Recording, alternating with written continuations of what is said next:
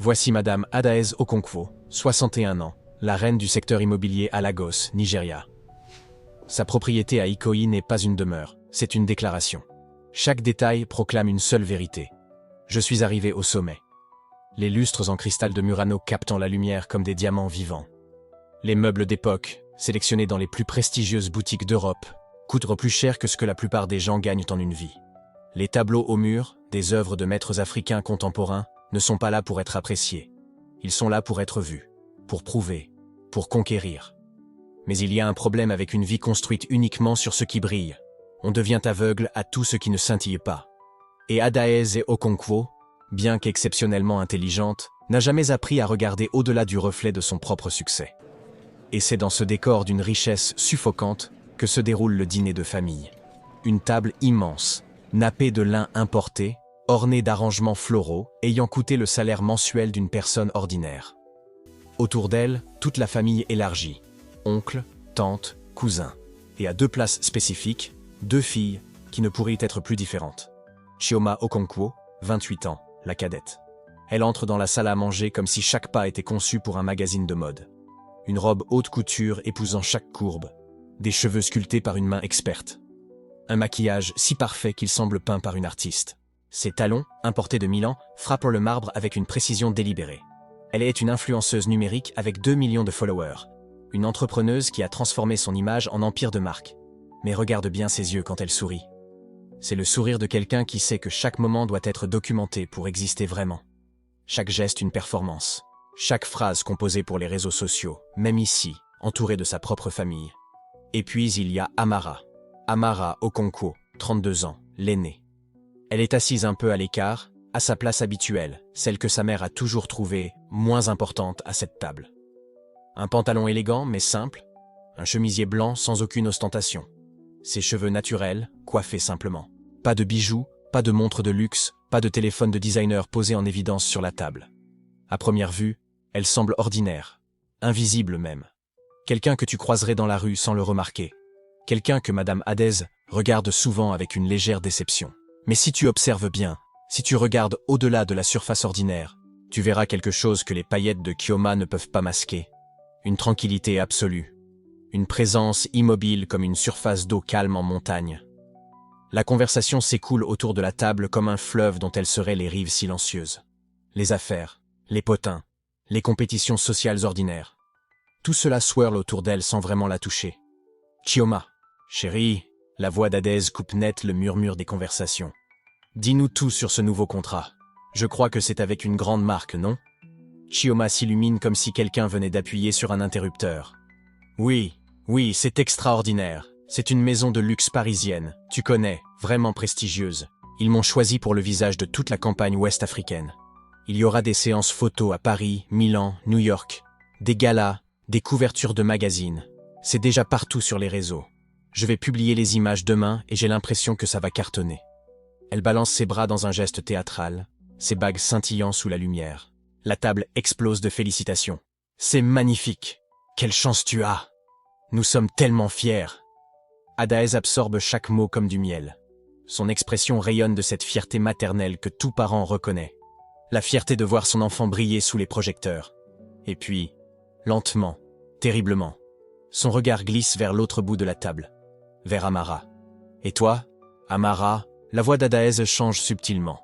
La chaleur disparaît, remplacée par quelque chose de froid, d'évaluateur, de déçu. Qu'est-ce que tu as fait ces derniers temps? Amara prend une grande inspiration, calmement. Ce n'est pas la première fois qu'elle affronte cette question. Ce ne sera pas la dernière. J'ai travaillé sur quelques projets, maman. Des investissements, principalement. Des choses qui demandent de la discrétion. De la discrétion. Adaeze roule le mot sur sa langue comme s'il était amer. Bien sûr, c'est le mot que tu utilises pour dire rien à montrer, n'est-ce pas? Le silence s'étend sur la table. Les cousins trouvent soudain leurs assiettes très intéressantes. Les oncles se concentrent intensément sur leurs verres. L'atmosphère devient si épaisse qu'on pourrait la couper au couteau. Mais Adaeze n'a pas fini. Regarde ta sœur, Amara. Sa voix monte en volume, remplissant la salle à manger opulente d'une cruauté publique et délibérée. Regarde Chioma. Des contrats avec des marques internationales. Des couvertures de magazines. Des centaines de milliers de followers qui l'adorent. Des événements à Paris, à Milan, à New York. Elle est en train de bâtir un empire d'influence. Chaque mot est un poignard, soigneusement aiguisé pour couper plus profond. Et toi, Amara, j'aimerais vraiment que tu me dises, qu'est-ce que tu as à montrer? Des projets? Des investissements? Quoi exactement? Elle rit, mais c'est un rire qui coupe. Tu as 32 ans. Tu devrais avoir bâti quelque chose de réel, de visible. Pourquoi est-ce que tu dois toujours te cacher derrière ces mots vagues? Amara reste immobile. Son visage ne trahit aucune émotion, mais ses mains, cachées sous la table, se ferment en poings serrés. Pas de colère, mais de retenue. Elle retient quelque chose en elle, protégeant quelque chose de précieux de la toxicité qui remplit cette pièce. « Maman », commence Kioma, d'une voix qui tente de paraître conciliante mais qui porte une touche de supériorité voilée. Je suis sûr qu'Amara fait de son mieux. De son mieux. Comme si Amara était une enfant avec des difficultés d'apprentissage, quelqu'un qui a besoin de condescendance. Faire de son mieux n'est pas assez bon. Hadès frappe la table. J'ai grandi dans une maison qui n'était qu'un trou, sans rien, pas d'eau courante, pas d'électricité, personne pour croire en moi. Mais j'ai travaillé, j'ai rêvé, et je me suis élevé. J'ai tout construit de mes mains, et j'ai fait tout cela pour vous montrer que c'était possible. Et regardez, l'une de vous l'a compris, l'une de vous brille, l'une de vous réussit, mais l'autre, elle ne termine pas sa phrase, pas besoin. Le mépris dans ses yeux complète la pensée mieux que n'importe quel mot ne pourrait le faire. À cet instant précis, le téléphone d'Amara vibre dans la poche de sa robe simple. Elle l'ignore. Il vibre à nouveau, et encore. C'est un appel, et vu l'insistance, c'est urgent. Amara sort discrètement le téléphone de sa poche, le gardant sous la table. L'écran illumine son visage une fraction de seconde. Le nom qui s'affiche fait s'écarquiller ses yeux de manière presque imperceptible. Siège central, urgent. Elle regarde autour de la table. Tous les regards sont encore braqués sur elle, attendant une réponse, une défense, une réaction à l'humiliation publique que sa mère vient de lui infliger. Si elle répond maintenant, si elle quitte la table, Hadès en fera une nouvelle preuve de son échec. Elle ne peut même pas rester concentrée pendant un dîner de famille, dirait-elle. Toujours à fuir, toujours à se cacher. Alors Amara fait ce qu'elle a toujours fait. Elle protège son vrai monde de la toxicité de cet endroit. « Désolée », dit-elle calmement, en éteignant le téléphone et le remettant dans sa poche. Rien d'important. Mais l'oncle Emeka, le frère cadet d'Hadès, observe tout depuis l'autre bout de la table. Il a vu l'urgence sur le visage d'Amara, la décision délibérée d'ignorer cet appel. Et contrairement à sa sœur aînée, Emeka a toujours soupçonné qu'Amara cachait bien plus que ce qu'elle laissait paraître. Une femme qui refuse des appels urgents lors d'un dîner de famille n'est pas une ratée sans emploi. Elle protège quelque chose. Eh bien, poursuit Hadès, comblant le silence avec encore plus de venin. J'espère qu'un jour, tu trouveras quelque chose dont tu pourras être fier, Amara. Quelque chose que tu n'auras pas besoin de cacher. Quelque chose qui prouvera que tu es plus qu'une déception pour cette famille. Amara respire, inspire, expire, lentement. Oui, maman, dit-elle, d'une voix mesurée, contrôlée, ne révélant rien. Mais à l'intérieur, une décision prend forme. La décision de savoir combien de temps encore elle va continuer cette comédie. Combien de temps encore elle va protéger sa vraie vie de la cruauté de cette femme qui lui a donné la vie, mais n'a jamais su la voir. Le dîner continue. Chioma reprend le monopole de la conversation avec des histoires sur ses prochains projets. Hadès boit chacune de ses paroles, rayonnantes de fierté. Les autres membres de la famille se détendent, soulagés que la tension soit retombée. Et Amara reste assise sur sa chaise désignée, ce symbole physique de sa subordination, avec un secret que personne à cette table opulente ne peut même imaginer. 3 SUV noirs garés quelque part à Victoria Island. Un bureau moderne mais discret, où des gens importants attendent anxieusement la décision de leur patronne. Un empire financier qui opère dans l'ombre, brassant des millions, changeant des vies, finançant des avenirs.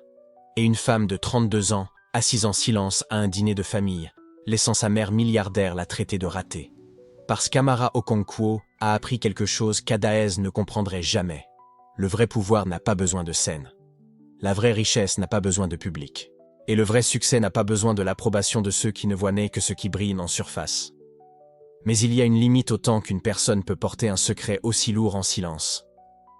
Et Amara atteint la sienne. Le téléphone dans sa poche vibre une fois de plus. Plus urgent, plus insistant. Elle l'ignore à nouveau. Mais pour combien de temps encore?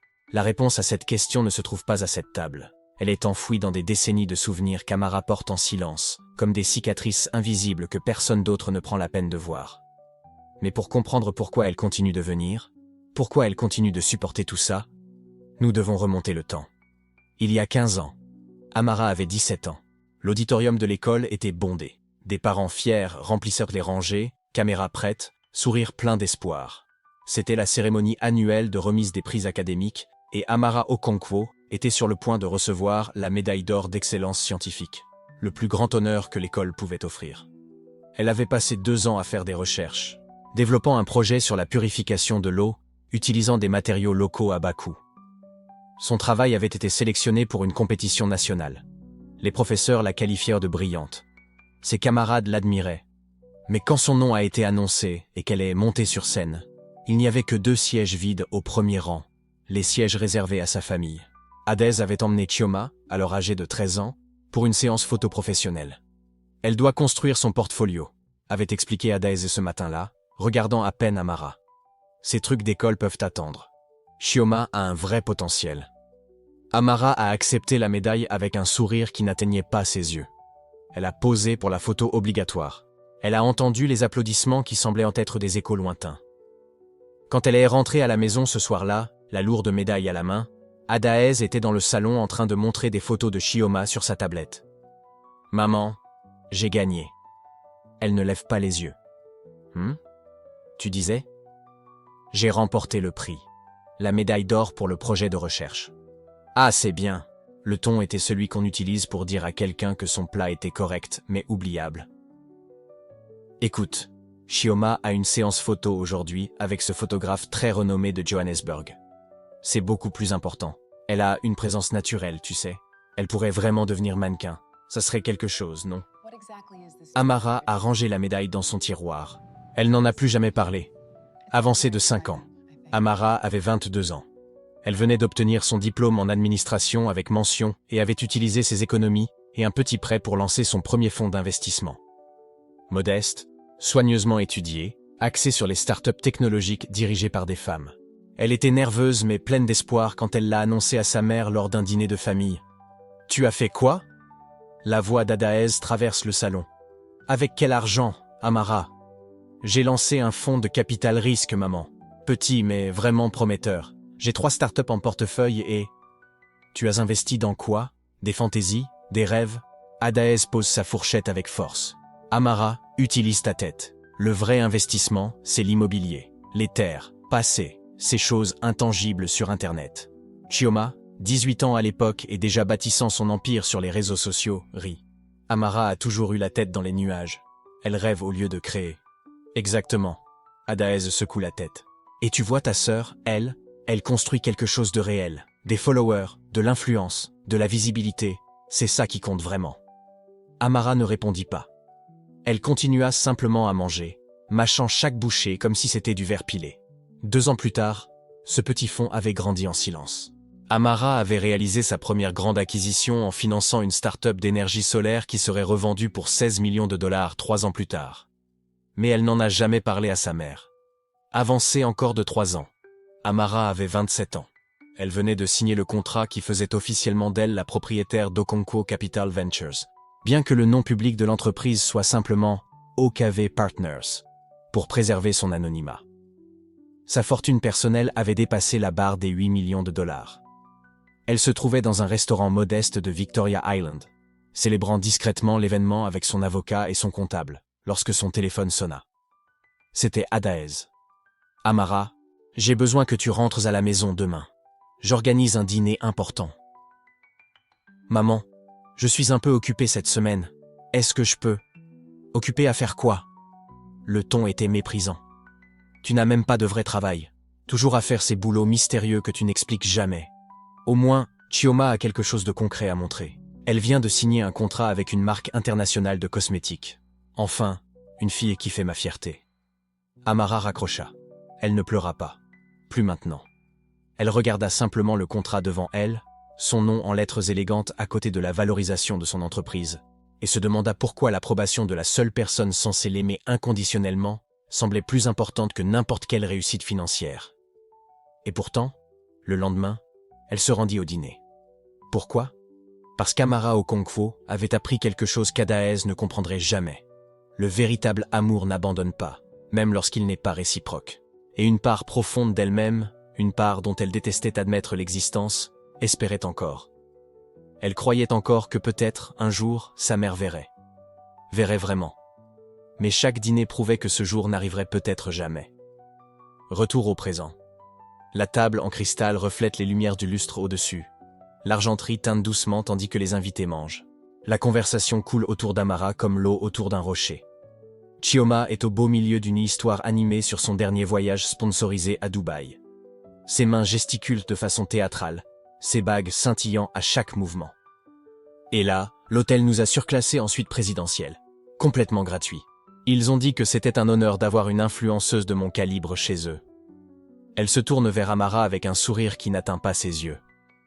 Tu as déjà séjourné dans une suite présidentielle, Amara ? Amara pourrait mentionner les 3 fois où elle a séjourné dans des suites présidentielles lors de conférences d'investissement à Singapour, Londres et New York. Toutes payées de sa propre poche et non échangées contre des publications sur les réseaux sociaux. Mais elle ne le fait pas. Non, Chioma, ça a l'air incroyable. Adaeze se penche en avant, les yeux brillants de fierté maternelle. Ma Chioma ira loin. Elle comprend le monde moderne. L'influence, c'est le pouvoir de nos jours. Puis, presque comme une arrière-pensée, elle se tourne vers Amara. Et toi, Amara, toujours à faire ce travail mystérieux que tu n'expliques jamais vraiment ? Le ton est cinglant, méprisant. Toute la table se tait, dans l'attente. Amara pourrait, à cet instant précis, sortir son téléphone, ouvrir son application bancaire, montrer le solde qui ferait s'étouffer Adaez avec son 20 à 3000 naira. Elle pourrait appeler Emeka, son assistant personnel, et lui demander d'apporter les documents d'entreprise prouvant qu'elle détient des parts dans 17 sociétés à travers 5 pays. Elle pourrait révéler que ce voyage mystérieux du mois dernier était en fait pour participer à un panel lors de la conférence mondiale sur l'investissement d'impact à Genève, où elle était l'une des oratrices principales. Mais Amara a appris il y a longtemps que convaincre quelqu'un qui a déjà décidé de ne pas vous voir, c'est comme essayer de remplir un panier avec de l'eau. Inutile, épuisant, vain. Alors, elle sourit simplement. Ce petit sourire tranquille qui dissimule des océans de vérité. Je vais bien, maman. Je travaille dans le conseil en investissement. Du conseil. Adaez répète le mot comme si c'était quelque chose de sale. Toujours aussi vague, Amara. Toujours aussi petite. Regarde ta sœur. Elle a 2 millions d'abonnés. Les marques se battent pour travailler avec elle. Ça, c'est du vrai succès, du tangible. Qu'est-ce que tu as à montrer, toi ? Le téléphone dans la poche d'Amara vibre à nouveau. Plus urgent cette fois. Elle l'ignore. J'ai la paix, maman. La réponse sort plus calmement qu'Amara ne l'espérait. Adaez fronce les sourcils. La paix ne paie pas les factures, ma chérie. Chioma rit. Et ça ne construit pas un empire non plus. L'oncle Emeka, assis silencieusement au coin de la table, observe Amara avec des yeux qui envoient plus qu'elle ne le voudrait. Il a toujours été le plus perspicace de la famille.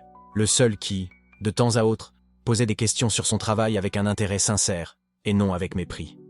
Mais même lui ne connaît pas toute la vérité. Personne ne la connaît. Et c'est peut-être mieux ainsi. Adaez s'éclaircit la voix, son sourire s'élargissant d'une manière qu'Amara reconnaît immédiatement comme le signe avant-coureur de quelque chose d'important.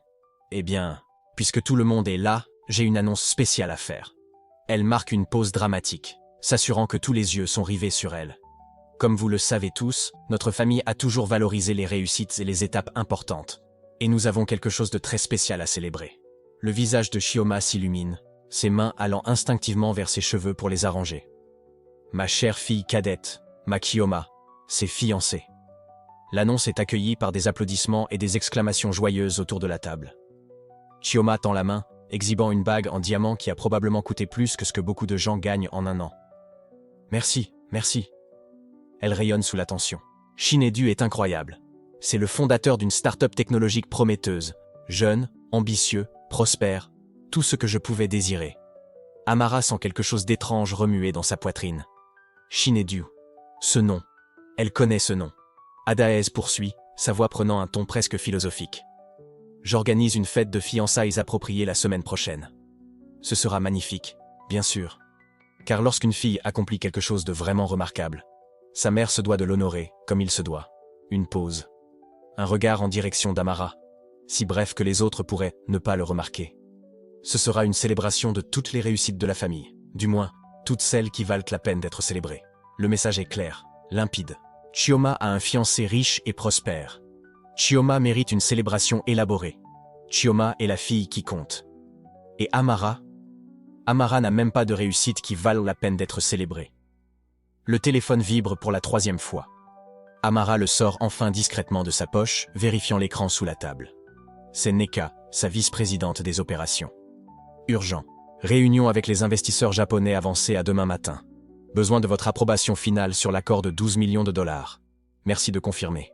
12 millions de dollars.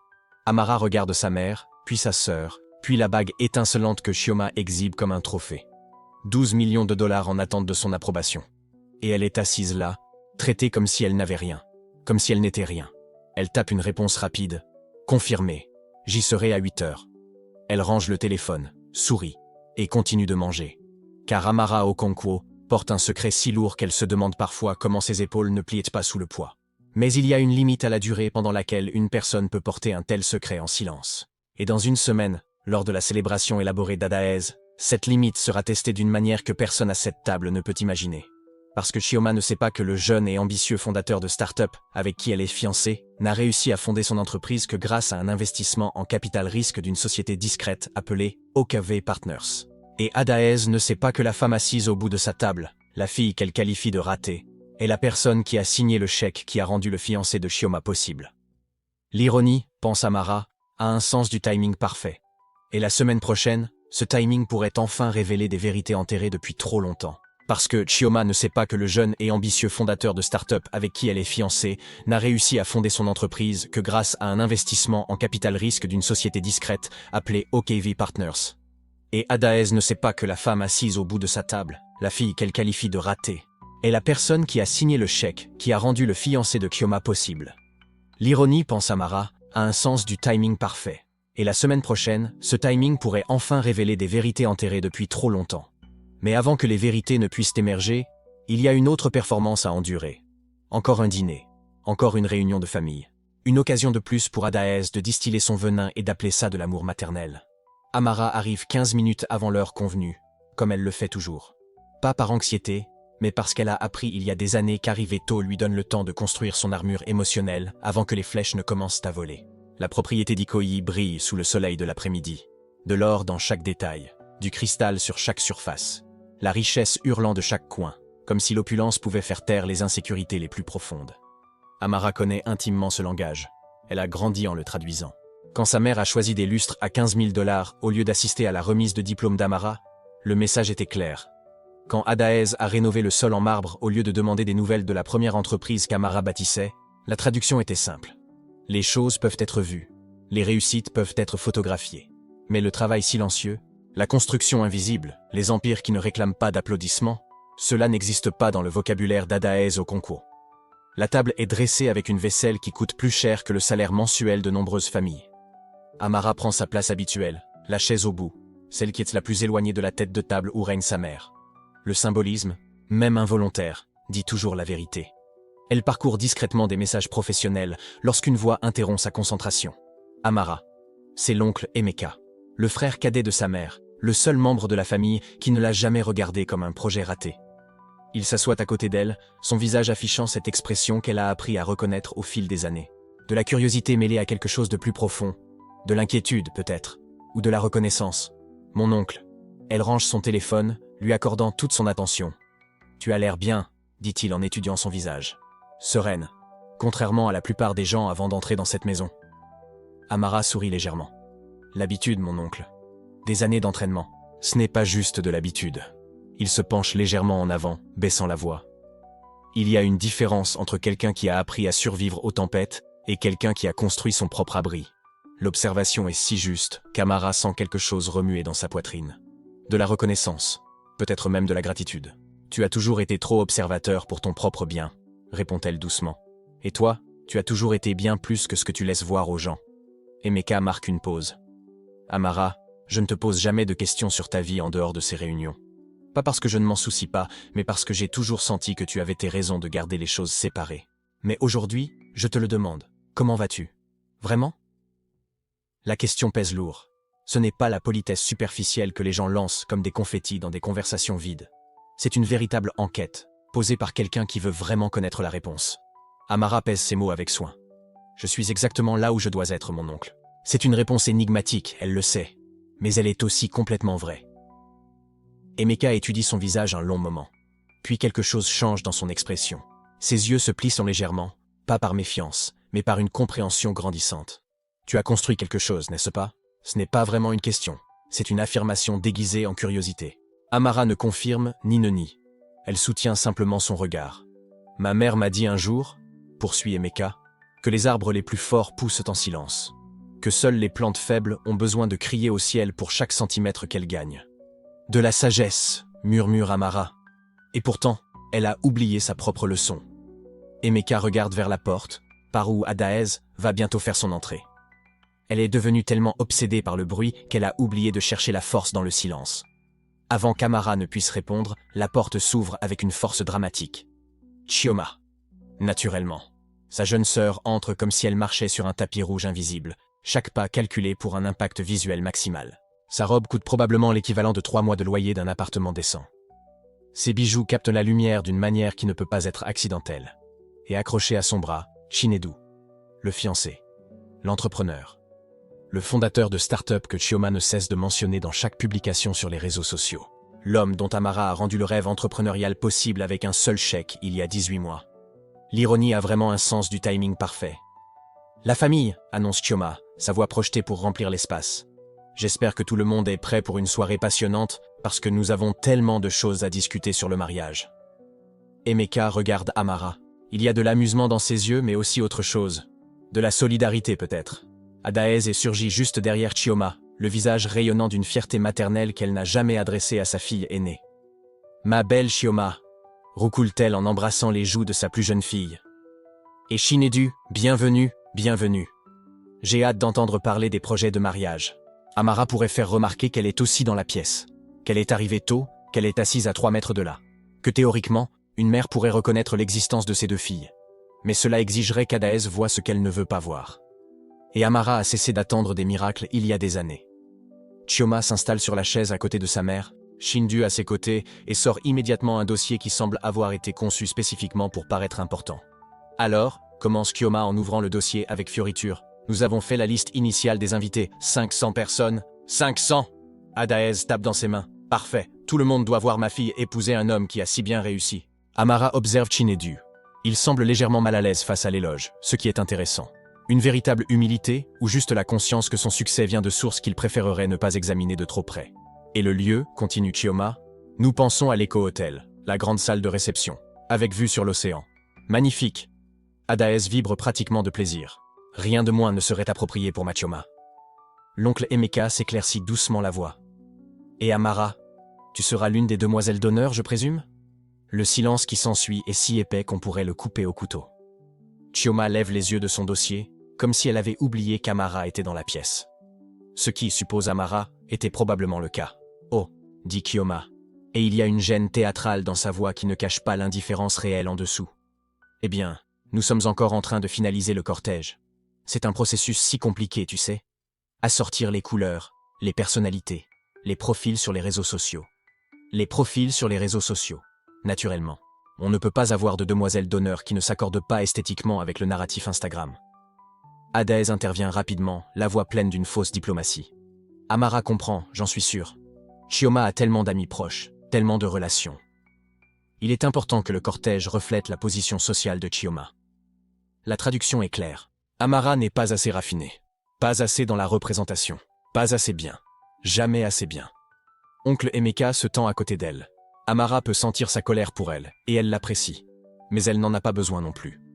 Elle a appris il y a longtemps que la colère des autres concernant la façon dont elle est traitée, bien que bien intentionnée, ne change rien. Bien sûr, dit Amara calmement.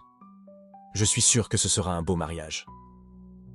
Chioma est déjà retournée à son dossier, feuilletant des photos d'arrangements floraux qui semblent coûter plus cher que ce que la plupart des gens gagnent en un mois. Maintenant, pour les fleurs, annonce Chioma, nous pensons à des roses importées, blanches et roses pâles.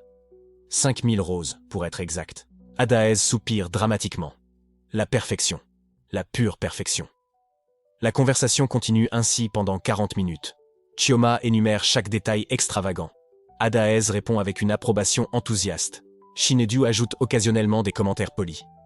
Amara est mentionnée exactement 0 fois. C'est comme si elle faisait partie des meubles. Présente, mais ne participant pas.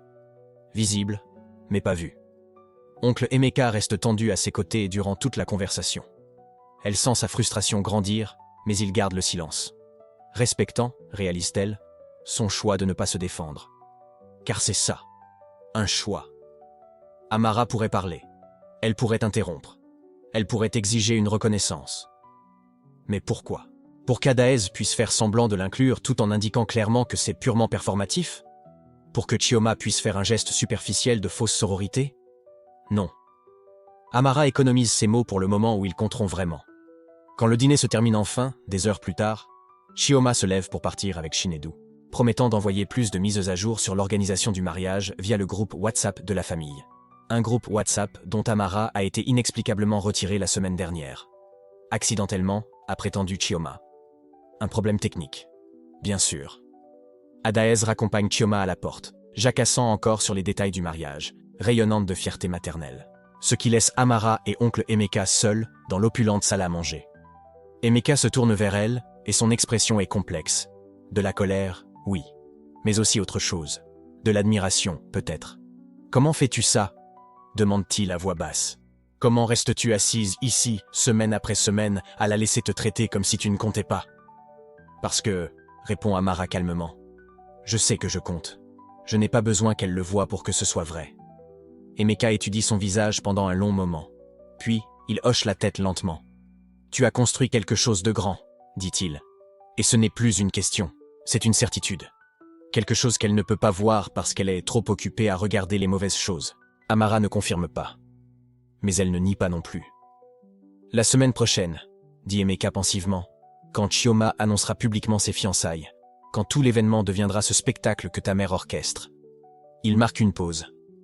Quelque chose me dit que des vérités pourraient émerger. Amara sourit légèrement. Le timing, oncle Emeka, tout est dans le timing. Il acquiesce lentement, la compréhension s'installant dans son regard. Puis, il se penche plus près, sa voix tombant dans un murmure qui porte le poids de tant d'années d'observation tacite. Tu n'as pas besoin de continuer à lui prouver quoi que ce soit, Amara. Tu le sais, n'est-ce pas? Les mots touchent une corde sensible. Non pas parce qu'elle ne le sait pas. Intellectuellement, elle le sait, mais parce que l'entendre dire à haute voix, par quelqu'un qui la voit vraiment, fait une différence. Amara croise son regard, et pour la première fois ce soir, elle laisse son armure glisser d'une fraction. Je sais, dit-elle doucement. Mais il est peut-être temps qu'elle l'apprenne aussi. Emeka sourit. C'est un sourire qui porte de la compréhension, ou de la solidarité, et quelque chose qui ressemble à de la fierté. Quelque chose me dit, murmure-t-il, que la semaine prochaine va être très intéressante. Il lui presse doucement l'épaule, avant de se lever pour partir. Amara reste seule dans la salle à manger. Autour d'elle, l'opulence hurle depuis chaque surface. Or, cristal et marbre, tous proclamant une richesse qui peut être vue, touchée, photographiée. Mais assise ici, sur cette chaise au bout de la table, Amara porte en elle quelque chose que sa mère n'a jamais appris à reconnaître. Le vrai pouvoir n'a pas besoin de crier. La vraie force grandit en silence. Et la semaine prochaine, quand Chioma fera sa grande annonce, quand Adaez orchestrera son spectacle de succès superficiel, quand tous les projecteurs seront braqués sur la fille qu'elle a choisi de célébrer. Eh bien, le timing, comme l'a dit Amara, est tout.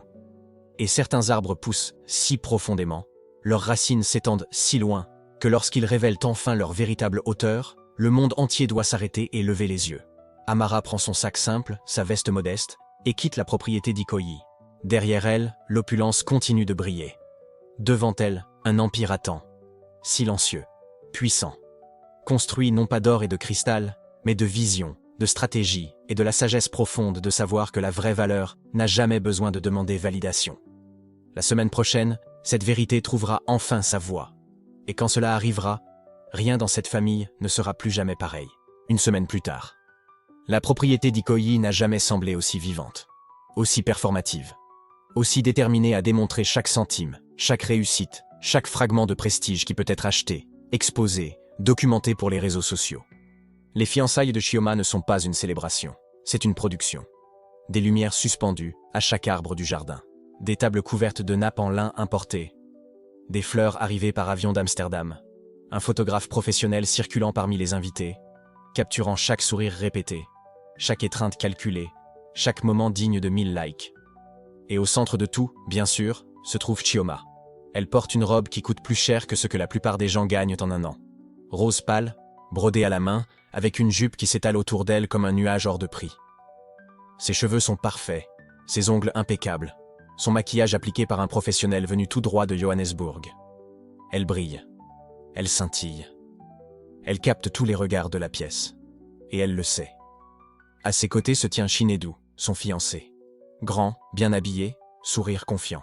Il salue les invités avec une aisance naturelle, parlant de sa start-up technologique, des investissements qu'il a reçus, du brillant avenir qui l'attend. Il ne mentionne pas d'où vient l'argent. Bien sûr que non. Madame Adaeze Okonkwo circule dans la fête comme une reine en son royaume. Gélée traditionnelle en tissu doré, bijoux qui capturent la lumière à chaque mouvement, une présence qui exige l'attention même lorsqu'elle ne parle pas. Elle organise. Elle dirige. Elle veille à ce que chaque détail de cette célébration reflète exactement ce qu'elle veut que le monde voie. Succès, statut, supériorité. Et au milieu de toute cette opulence, assise discrètement à une table près du coin, se trouve Amara. Robe simple, maquillage minimal, cheveux naturels attachés en un chignon bas. Elle observe. Elle respire. Elle est présente mais sans être en représentation. Pas comme les autres. L'oncle Emeka est assis à côté d'elle. Il n'a pas dit grand-chose depuis son arrivée, mais il a l'œil observateur. Il voit des choses que les autres ne voient pas. Il a toujours vu. Il regarde Amara de temps en temps, comme s'il attendait quelque chose, comme s'il savait que quelque chose allait se passer. Mais il n'insiste pas. Il observe, tout simplement. Les invités remplissent leurs assiettes, rient fort, prennent des selfies, publient des stories sur Instagram avec des hashtags soigneusement choisis. C'est une fête, mais c'est aussi une vitrine, une déclaration. Regardez ce que nous avons accompli. Regardez qui nous sommes. Regardez comme nous brillons. Chioma rit aux éclats à côté de Chinedu, sa main posée de manière possessive sur son bras alors qu'elle raconte l'histoire de sa demande en mariage. Gros diamant, surprise élaborée. Tout filmé, tout partagé, tout conçu pour un impact social maximal. Les gens applaudissent, complimentent, célèbrent. Madame Adaeze sourit avec fierté. Et puis, quand la conversation s'apaise naturellement, quand les regards se tournent vers elle dans l'attente, Madame Adaeze lève son verre. Le tintement du cristal contre le cristal fait taire la salle. Tout le monde se retourne. Tout le monde prête attention. Madame Adaeze est au centre du jardin maintenant, parfaitement éclairée par les lumières suspendues aux arbres. Elle lève son verre plus haut, son sourire radieux, ses yeux parcourant la foule rassemblée. « Mes chers amis », commence-t-elle, d'une voix claire et autoritaire. « Famille, aujourd'hui, nous célébrons non seulement des fiançailles, mais une réussite. Ma fille Chioma. » Elle fait un geste vers Chioma, qui sourit gracieusement, saluant avec une modestie théâtrale. « Regardez-la », poursuit Madame Adaeze. « Beauté, grâce, succès. Elle a bâti une marque que des milliers de personnes suivent. Elle est devenue un nom reconnu. Elle a conquis non seulement la célébrité, mais le respect. Et maintenant, pause dramatique. Elle épouse un jeune entrepreneur brillant. Un homme avec une vision, un avenir, de l'ambition. » Chinedu sourit, saluant modestement tandis que les invités applaudissent. Madame Adaeze boit une gorgée de son verre. Son sourire demeure, mais quelque chose change dans ses yeux. Quelque chose de plus tranchant, de plus calculé. Elle regarde à travers la pièce, et puis ses yeux rencontrent Tamara. S'arrêtent sur elle, se fixent. « Vous savez, » dit Madame Adaeze, sa voix toujours claire, mais maintenant chargée de quelque chose de différent. Quelque chose qui fait changer l'atmosphère de la pièce. Il est important de célébrer les vraies réalisations, les succès qui peuvent être vus, touchés, partagés. Les invités murmurent en signe d'approbation. Amara ne bouge pas. Parce qu'il y a ceux qui travaillent dur, continue Madame Adaeze, les yeux toujours rivés sur Amara. Ceux qui construisent, ceux qui créent des héritages. Et puis il y a ceux qui posent. Eh bien, ceux qui existent, tout simplement. Un silence gêné commence à se propager. Certains invités regardent Tamara, d'autres détournent rapidement le regard. L'oncle Emeka se raidit à côté d'elle. Madame Adaeze sourit. Mais ce n'est pas un sourire gentil. « Amara, » dit-elle directement maintenant, sans plus rien dissimuler. « Ma fille aînée. Tu es assise là, si calme. Si. » Elle cherche le mot. Invisible. Rire nerveux de certains invités. Amara respire profondément. Ses doigts reposent calmement sur ses genoux. Mais quelque chose change dans ses yeux. Quelque chose que l'oncle Emeka reconnaît. « Regarde ta sœur, » poursuit Madame Adaeze, sa voix maintenant entièrement focalisée sur l'humiliation publique. « Regarde ce qu'elle a accompli. Beauté, succès. Et maintenant un mariage avec un entrepreneur en pleine ascension. Elle a construit une vie qui compte, une vie qui peut être vue. Les invités sont complètement silencieux maintenant. L'appareil du photographe s'est abaissé. Personne ne poste sur les réseaux sociaux. Tout le monde regarde. Madame Adaïs fait un pas de plus vers Amara. Son verre toujours levé. Son sourire figé comme un masque. « Et toi ?» dit-elle. Chaque mot soigneusement choisi, soigneusement conçu pour blesser. « Qu'as-tu fait de ta vie ?» Silence. 32 ans. Et qu'as-tu à montrer? Silence plus profond. Pas de marque, pas de reconnaissance, pas d'homme, pas d'avenir que nous puissions voir. Sa voix baisse légèrement, mais devient encore plus tranchante. Tu n'es même pas la moitié de la femme qu'est ta sœur. Les mots flottent dans l'air. Lourd, cruel, définitif. Chioma détourne le regard, mal à l'aise pour la première fois ce soir. Shinedu semble confus, mais reste silencieux. L'oncle Emeka serre les poings. Et Amara. Amara ne dit rien. Elle respire, tout simplement. Pendant un instant, 2 instants, 3, on dirait qu'elle va rester assise, qu'elle va garder le silence, qu'elle va continuer à accepter, comme toujours. Mais alors, quelque chose change. Pas dans son expression, pas dans sa posture, mais dans quelque chose de plus profond. Quelque chose qui ne peut plus être contenu. Lentement, calmement, délibérément. Amara pose ses mains sur le bord de la table et recule sa chaise. Le bruit du raclement contre le sol en pierre tranche le silence comme une lame. Elle se lève, lente, calme, sans hâte, sans émotion, sans théâtralité. Juste, debout. Tous les regards sont braqués sur elle maintenant. Madame Adaez se fige, sa coupe toujours levée, son sourire vacillant. Chioma s'arrête net alors qu'elle attrapait son téléphone. Shinedu se redresse, soudain alerte. L'oncle Emeka prend une profonde inspiration, les yeux brillants de ce qui pourrait être de l'espoir. Les invités ne bougent plus, ne respirent plus, ils observent, c'est tout. Le jardin, si bruyant il y a quelques instants, est maintenant plongé dans un silence complet. Juste le vent dans les arbres, juste les lumières qui oscillent doucement. Juste Amara, debout, le regard calme mais inaltéré, fixé droit sur sa mère. Et l'instant s'étire, et s'étire, et s'étire encore. Car quelque chose est sur le point de changer. Quelque chose que personne à cette fête n'est prêt à voir. Quelque chose qui va briser chaque supposition, chaque jugement, chaque croyance soigneusement construite sur qui a de la valeur et qui n'en a pas dans cette famille. Mais pour l'instant, Amara reste simplement debout, silencieuse, puissante, en attente. Et tout commence par un mot. Un seul mot qui s'échappe des lèvres d'Amara, ferme et clair comme du cristal taillé. Maman. Il n'y a pas de colère dans ce mot, pas de douleur, pas de supplication. Il y a juste une présence. La salle devient instantanément silencieuse, comme si quelqu'un avait appuyé sur pause sur la réalité. Les fourchettes s'arrêtent en l'air, les coupes de champagne se figent à mi-chemin des lèvres. Même la respiration semble suspendue. Parce que jamais, en 32 ans de dîner de famille, Amara Okonkwo n'a interrompu une célébration. Jamais répondu, jamais confronté, jamais exigé d'espace, jusqu'à maintenant. Madame Adaez Okonkwo tourne lentement la tête. Ses yeux perçants rencontrant la fille qui vient de se lever. Il y a de la surprise. Et autre chose. Quelque chose qui ressemble dangereusement à de l'agacement. Tu as quelque chose à dire? La voix de la matriarche tranche le silence comme un coup près.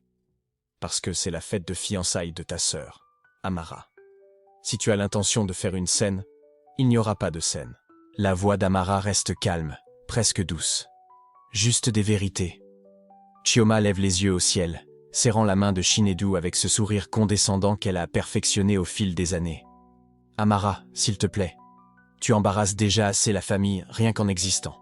Pas besoin de parler en plus. » Des rires nerveux parcourent la table. Certains invités baissent les yeux, gênés. D'autres observent avec cette curiosité morbide de ceux qui espèrent voir du sang. Mais Amara ne mord pas à l'hameçon.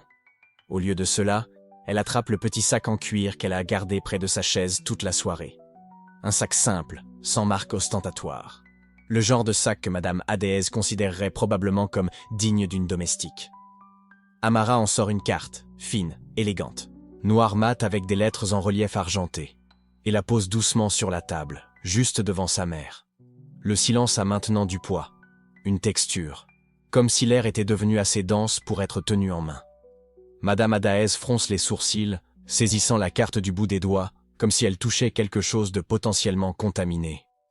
Ses yeux scannent les lettres, et puis s'arrêtent, se figent, s'arrêtent complètement. OKV Partners.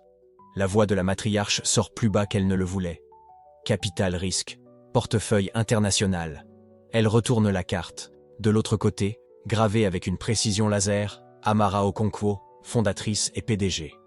Le monde semble légèrement basculer sur son axe. Chioma se penche en avant, arrachant la carte des mains de sa mère.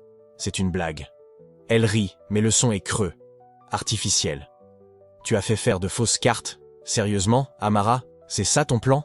Imprimer des mensonges. Ce ne sont pas des mensonges. La voix qui l'interrompt n'est pas celle d'Amara. C'est celle de Shinedu.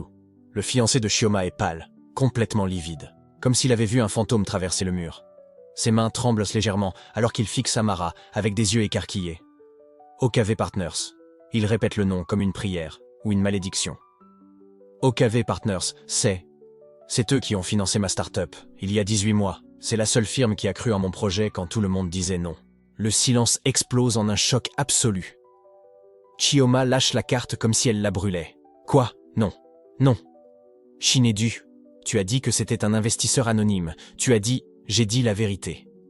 La voix de Shinedu est étrange, lointaine, comme s'il parlait de sous l'eau. Je n'ai jamais su qui était derrière OKV. Ils gardent un secret absolu. Tous les documents, toutes les réunions, toujours via des représentants légaux. Il se tourne lentement vers Amara, et il y a quelque chose proche de la révérence dans son regard. Toi, tout ce temps, c'était toi l'investisseur qui a sauvé mon entreprise. Amara incline légèrement la tête. Un geste simple, élégant. Ton projet avait un réel mérite, Shinedu. Il n'avait pas besoin de mon nom. Il avait besoin de capital et d'orientation stratégique. J'ai fourni les deux. Madame Hadez se lève brusquement, sa chaise raclant contre le sol en marbre avec un bruit qui fait frissonner tout le monde. C'est ridicule. Sa voix tremble, oscillant entre colère et incrédulité. Tu espères me faire croire que toi, Amara, toi qui arrives à peine à t'habiller correctement, toi qui n'as jamais montré la moindre once d'ambition, tu es propriétaire d'une société de capital risque? Je n'espère pas que tu crois quoi que ce soit, maman. La voix d'Amara reste inaltérée, calme comme une eau dormante avant la tempête. J'espère que tu liras. Et de son sac, elle sort un dossier fin, noir, discret. Mais lorsqu'elle l'ouvre sur la table, les documents qu'elle étale sont tout sauf discrets. Certificat d'immatriculation d'entreprise, portefeuille d'investissement, documents notariés de holdings internationales, coupure de journaux financiers. Et là, en lettres imprimées impossibles à nier, Anonymous Philanthropist donates 3 million to Lagos Children's Hospital. Mystery investor behind Nigeria's top edtech startups revealed as female entrepreneur. OKV partners listed among top 50 venture capital firms in West Africa. Photo après photo, article après article, récompense après récompense. Tous mentionnant OKV Partners. Certains avec des silhouettes, d'autres faisant référence à un fondateur préférant l'anonymat. Mais tous, absolument tous, pointant vers la même vérité inéluctable. L'oncle Emeka se lève lentement, prenant l'un des articles. Ses yeux parcourent la page puis rencontrent ceux d'Amara. Et là, sur ce visage marqué par le temps et la sagesse, apparaît un sourire. Petit, presque imperceptible, mais empli de fierté. Je le savais. Sa voix est un murmure rauque d'émotions contenues. J'ai toujours su qu'il y avait quelque chose. Ta façon de te tenir. La paix dans tes yeux alors que nous courons tous après la validation. Il secoue la tête, riant doucement. Tu ne cachais pas un échec, ma nièce. Tu protégeais ton empire. Madame Hadez arrache l'article des mains de son frère, ses yeux parcourant les mots avec incrédulité. Non, non, c'est impossible. Ça ne peut pas être toi. Combien tu...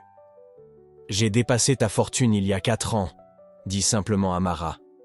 De 23%, pour être précise. Le son qui s'échappe de Madame Hadez se situe entre un soupir et un étouffement. 23%. Amara termine la phrase. Oui. Chioma est debout maintenant, les mains agrippant le bord de la table si fort que ses jointures blanchissent. Non, non, c'est un mensonge. Tu inventes tout ça. Ces documents sont faux. Tu as payé quelqu'un pour... Chioma. La voix de Shinedu est ferme, mais douce. Il y a quelque chose proche de la pitié dans ses yeux quand il regarde sa fiancée. OKV Partners est réel. Je signe des rapports mensuels pour eux. Je prends des appels de consultants stratégiques qui travaillent pour eux. Ils ont investi 8 millions de dollars dans mon entreprise. Il désigne Amara d'une main tremblante. Si elle dit qu'elle est la fondatrice, alors c'est elle la fondatrice. Et le silence qui s'ensuit est si profond qu'on peut entendre le cristal des verres vibrer avec la climatisation. Madame Adaez s'effondre lentement dans sa chaise. Son visage, d'ordinaire si composé, si contrôlé, est complètement livide, choqué. Comme si quelqu'un avait réécrit la réalité sans son consentement. Pourquoi? Le mot sort brisé. Tout petit. Pourquoi as-tu caché ça? Et c'est cette question, finalement, qui fait sourire Amara. Ce n'est pas un sourire triomphant. Ce n'est pas de la vengeance. C'est plus profond que ça. C'est la compréhension tranquille de quelqu'un qui a enfin cessé d'attendre que l'autre personne comprenne. Parce que, maman, dit-elle doucement, je n'ai pas construit cet empire pour toi. Je ne l'ai pas bâti pour te prouver quoi que ce soit. Je l'ai créé parce que c'était important. Parce que j'avais une vision. Parce que j'ai rencontré des gens brillants qui avaient besoin d'une chance. Et j'ai eu la possibilité de la leur donner. Elle désigne les photos éparpillées sur la table. Les gros titres, les chiffres. J'aurais pu faire ça à la manière de Kyoma. J'aurais pu mettre mon visage dans tous les magazines. J'aurais pu acheter des manoirs, des voitures et des vêtements de créateurs pour que tout le monde voie mon succès. Une pause. Mais j'ai choisi différemment. J'ai construit quelque chose de solide, de durable. Quelque chose qui changera les vies longtemps après que les caméras auront disparu et que les projecteurs auront éteint. Elle rencontre le regard de sa mère, et pour la première fois, Madame Adaez ne peut pas soutenir son regard. Elle détourne les yeux. Tu m'as enseigné que le succès est un spectacle, que la valeur se mesure en regard, en envie, en reconnaissance publique. Amara secoue lentement la tête. Mais j'ai découvert que c'était une mensonge. Le vrai pouvoir n'a pas besoin de spectateurs. La vraie richesse n'a besoin de personne pour la valider. Elle replie calmement les documents dans le dossier noir. Et l'amour, maman, le vrai amour, il ne compte pas, il ne mesure pas. Il ne joue pas ses enfants l'un contre l'autre. Le silence qui s'ensuit est absolu. Chioma s'est effondrée sur sa chaise, son visage parfaitement maquillé maintenant taché de larmes qu'elle ne réalise même pas verser. Shinedu l'observe avec des yeux qui commencent à voir les fissures dans la façade dorée. Les invités regardent leurs assiettes, mal à l'aise, comme si être témoin de vérité nue était plus gênant que d'assister à une humiliation. Et Madame Adaez Okonkwo, la matriarche qui avait toujours le dernier mot, qui contrôlait toujours chaque récit, qui savait toujours exactement où chacun se situait dans la hiérarchie de la valeur. Madame Adaez ne dit absolument rien, parce que pour la première fois en 6 décennies de vie, elle ne sait pas quoi dire. Toutes ses certitudes, tous ses jugements, toutes ses croyances soigneusement construites sur qui est de valeur et qui ne l'est pas. Tout vient de s'effondrer autour d'elle comme des châteaux de sable touchés par la marée. Et tandis que le silence s'étire, lourd et dense comme le brouillard de Lagos à l'aube, l'oncle Emeka lève sa coupe de vin. Le geste est lent, délibéré, et quand il parle, sa voix transperce le silence avec l'autorité de quelqu'un qui a été témoin de vérité que d'autres ont niée. « À votre santé », dit-il doucement, regardant directement Amara, à la femme qui a bâti un empire si grand que même sa propre mère n'a pas pu le voir. Ses yeux brillèrent de fierté et de quelque chose qui ressemble à de la vindication. Parce que l'arbre qui porte les fruits les plus doux n'a pas besoin de crier sa présence. Il se nourrit, il grandit, il lève sa coupe plus haut. Et quand la saison est venue, il révèle exactement ce qu'il a toujours été. Personne d'autre ne lève sa coupe. Mais Amara sourit à son oncle. Un sourire vrai, chaleureux. Et dans ce sourire, il y a la libération. Parce qu'elle n'a plus besoin qu'il la croie. Elle n'a plus besoin qu'il la voie. Elle a prouvé la seule chose qui importait, que sa valeur n'a jamais, au grand jamais, dépendu de leur approbation. Et tandis que Madame Adaez regarde la fille qu'elle a sous-estimée pendant 3 décennies, tandis que Chioma essaie de comprendre que sa sœur ratée est plus riche qu'elle n'aurait jamais pu le rêver, tandis que les invités essaient de recalibrer leur perception de la réalité. Amara reste simplement là, debout, calme, puissante, et pour la première fois de toute sa vie, complètement, absolument libre. Parce que la vérité, enfin, a été révélée. Et aucune comparaison, aucun jugement, aucune parole cruelle ne pourra jamais effacer ce que tous savent désormais. Amara Okonkwo n'est pas la moitié de la femme que sa sœur est. Elle est tout ce que sa famille n'a jamais eu la sagesse de voir. Et maintenant, ils n'ont pas d'autre choix que de regarder.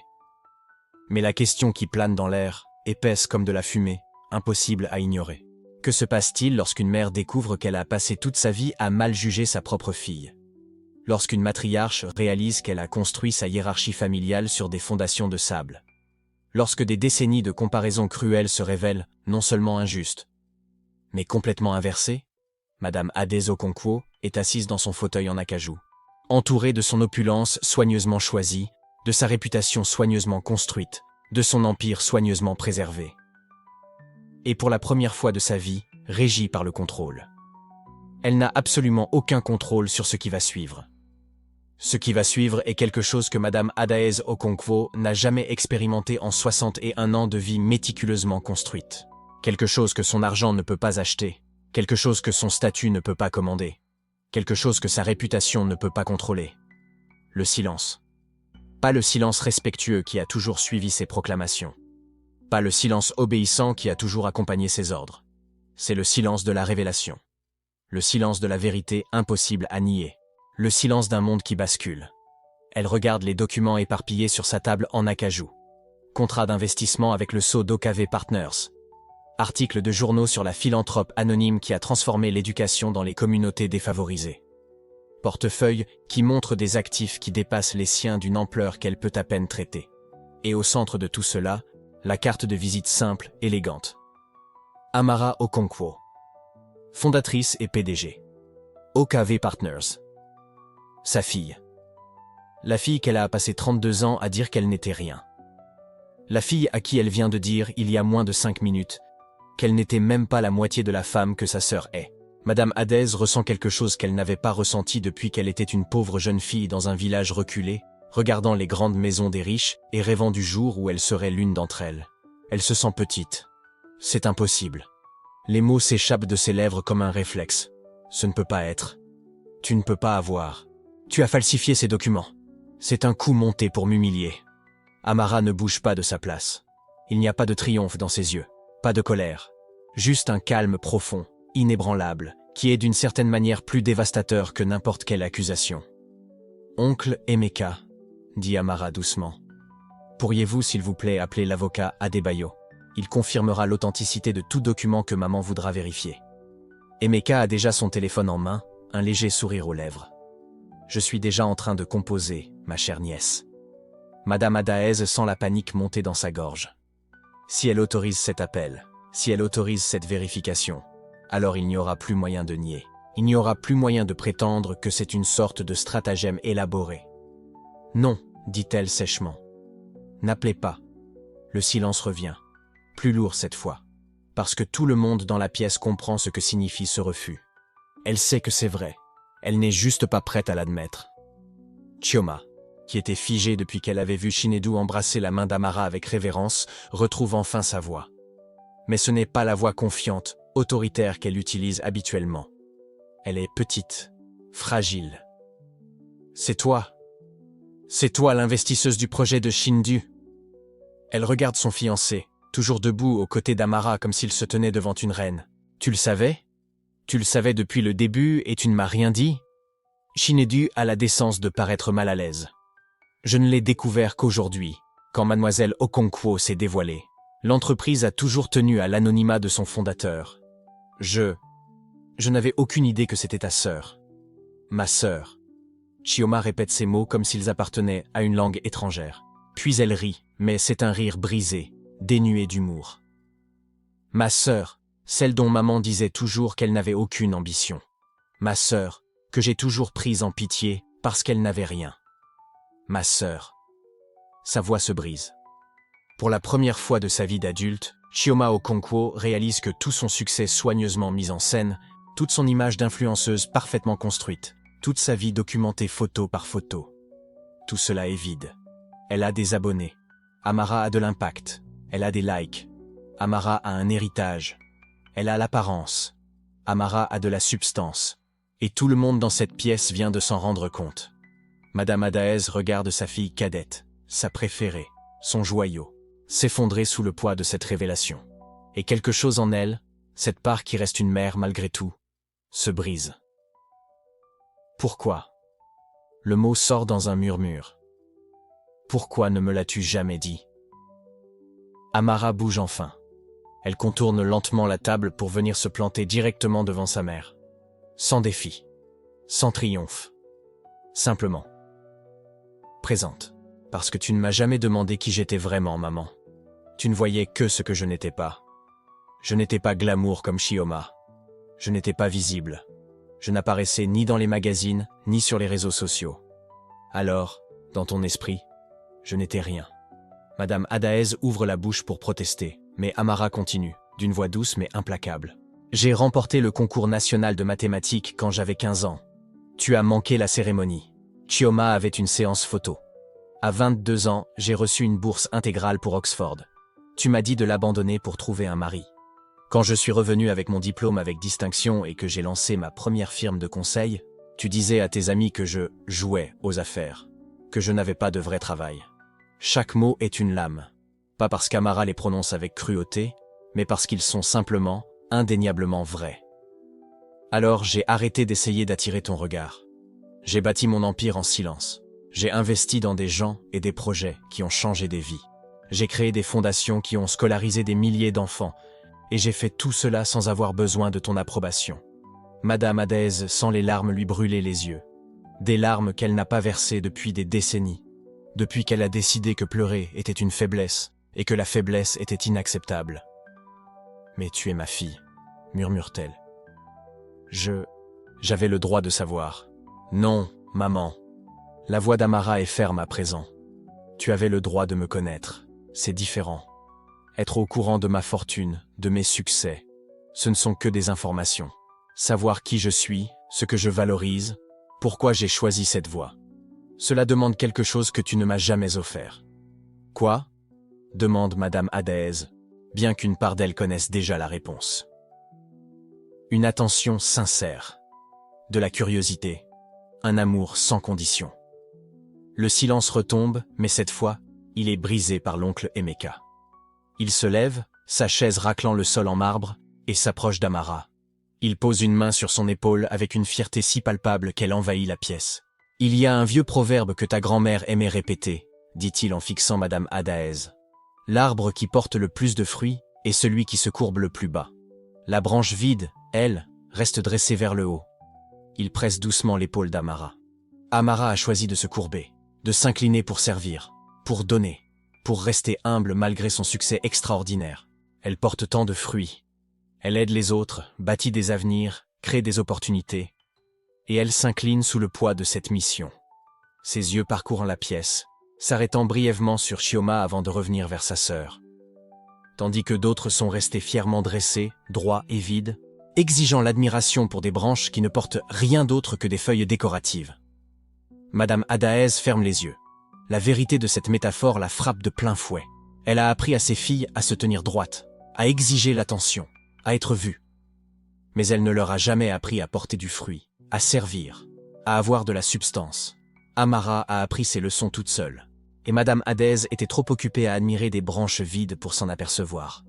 « Je ne veux pas de ton argent, maman. Je ne suis pas venue ici pour t'humilier ou revendiquer une quelconque victoire. » Amara saisit son sac, prête à partir. « Je suis venue parce que tu m'as invitée. Parce que malgré tout, j'espérais encore que peut-être, un jour, tu pourrais me voir. Me voir vraiment. » Elle commence à s'éloigner, marque une pause et se retourne une dernière fois. « Mais j'ai réalisé quelque chose aujourd'hui. Je n'ai plus besoin que tu me vois. J'ai passé 32 ans à essayer d'être digne de ton regard, à essayer de prouver ma valeur. Mais ma valeur n'a jamais dépendu de ta capacité à la reconnaître. » Amara parcourt du regard la pièce opulente, avec ses lustres en cristal, ses meubles dorés à l'or fin et ses portraits soigneusement choisis. Tout cet étalage de richesse, tout ce besoin de montrer, de prouver, d'être vue. Et elle comprend enfin. « Tu as bâti tout ça, » dit-elle doucement, « parce que tu as passé ton enfance à être invisible, à être la petite fille pauvre que personne ne remarquait. Alors, une fois riche, tu t'es assuré que tout le monde te voit, que tout le monde te remarque, que tout le monde sache ce que tu possédais. » Madame Adaez se fige. Personne n'a jamais prononcé ces mots à voix haute. Personne n'a jamais nommé cette blessure. « Je comprends maintenant, maman, et j'ai de la compassion pour ça. Mais je ne serai plus le miroir sur lequel tu projettes tes propres blessures. Je ne serai plus la fille que tu rabaisses pour te sentir plus grande. Amara se dirige vers la porte, la posture droite, sa dignité intacte. Elle ne fuit pas. Elle choisit simplement d'arrêter de se produire devant un public qui n'a jamais appris à apprécier le spectacle. « Attends !» La voix de Madame Adaez est brisée en 1000 morceaux. « Où vas-tu aller ?» Amara se retourne à la porte. Et pour la première fois de cette longue soirée, elle sourit vraiment. Un sourire doux. Pas de victoire. Juste. La paix. « Je vais vivre, maman. Enfin vraiment vivre. Avec des gens qui m'aiment pour qui je suis. Pas pour ce que j'ai. Avec un travail qui a du sens. Avec une vie qui compte. » Elle regarde Chioma, et il y a de la gentillesse dans ses yeux. Pas de la pitié. De la gentillesse. Et si toi ou Chioma voulez un jour me connaître vraiment? Pas la version de moi que tu as inventée, mais qui je suis vraiment. Ma porte est ouverte, mais je ne m'en dirai plus une place à ta table. Sur ce, Amara Okonkwo quitte le manoir de sa mère. Elle ne claque pas la porte. Elle ne fait pas de scène dramatique. Elle part. Tout simplement. Et d'une certaine manière, ce départ tranquille est plus puissant que n'importe quelle parole colérique aurait pu l'être. À l'intérieur, Madame Adaeze Okonkwo s'assoit dans son fauteuil en acajou, entourée de son opulence, de ses réussites, de ses symboles de succès. Et elle est complètement, profondément seule. Pas parce qu'Amara l'a quittée, mais parce qu'elle réalise enfin toutes les façons dont elle a laissé partir Amara. Tous les moments qu'elle a manqués parce qu'elle était trop occupée à regarder au mauvais endroit. Toutes les années qu'elle a gâchées à mesurer ses filles avec la mauvaise échelle. Chioma reste assise en silence, son téléphone oublié pour la première fois depuis des années, fixant les documents qui prouvent l'empire de sa sœur. Et elle se demande à quel moment elle a arrêté de construire quoi que ce soit de réel pour commencer à seulement documenter une vie vide. Shinedu, debout maladroitement près de la porte, comprend que sa start-up, son avenir, ses opportunités. Tout a été rendu possible grâce à la femme que sa future belle-mère a traitée comme une moins que rien. L'ironie ne lui échappe pas. L'oncle Emeka reste près de la fenêtre, observant Amara monter dans sa voiture simple, modeste. Une voiture qui pourrait acheter et revendre 10 fois tous les autres bolides garés dans l'allée sans même révéler un dixième de sa richesse. Il sourit. Parce qu'il a toujours su. Il a toujours vu. La vraie richesse n'a jamais été ce que l'on exhibe. C'est ce que l'on construit, ce que l'on donne, le poids des fruits que l'on porte. Et la volonté de s'incliner sous le poids de ce but. Alors qu'Amara conduit seule dans la nuit, les gratte-ciel de Lagos disparaissant derrière elle, elle ressent quelque chose qu'elle avait oublié. La légèreté. Non parce qu'elle a prouvé quelque chose, pas pour une victoire pyrrhique, mais parce qu'elle s'est finalement libérée, parce qu'elle a cessé de mendier l'approbation de quelqu'un qui n'avait jamais eu les yeux pour voir. Elle est libre. Et dans ce manoir opulent d'Ikoyi, entouré de cristaux et de marbre, de richesses visibles de tous, Madame Adaez Okonkwo comprend soudain le prix réel de sa victoire, pas mesuré en argent, pas en propriété, mais en quelque chose que l'argent ne peut jamais acheter. Une fille, un empire, une vie qu'elle n'a jamais pris le temps de connaître.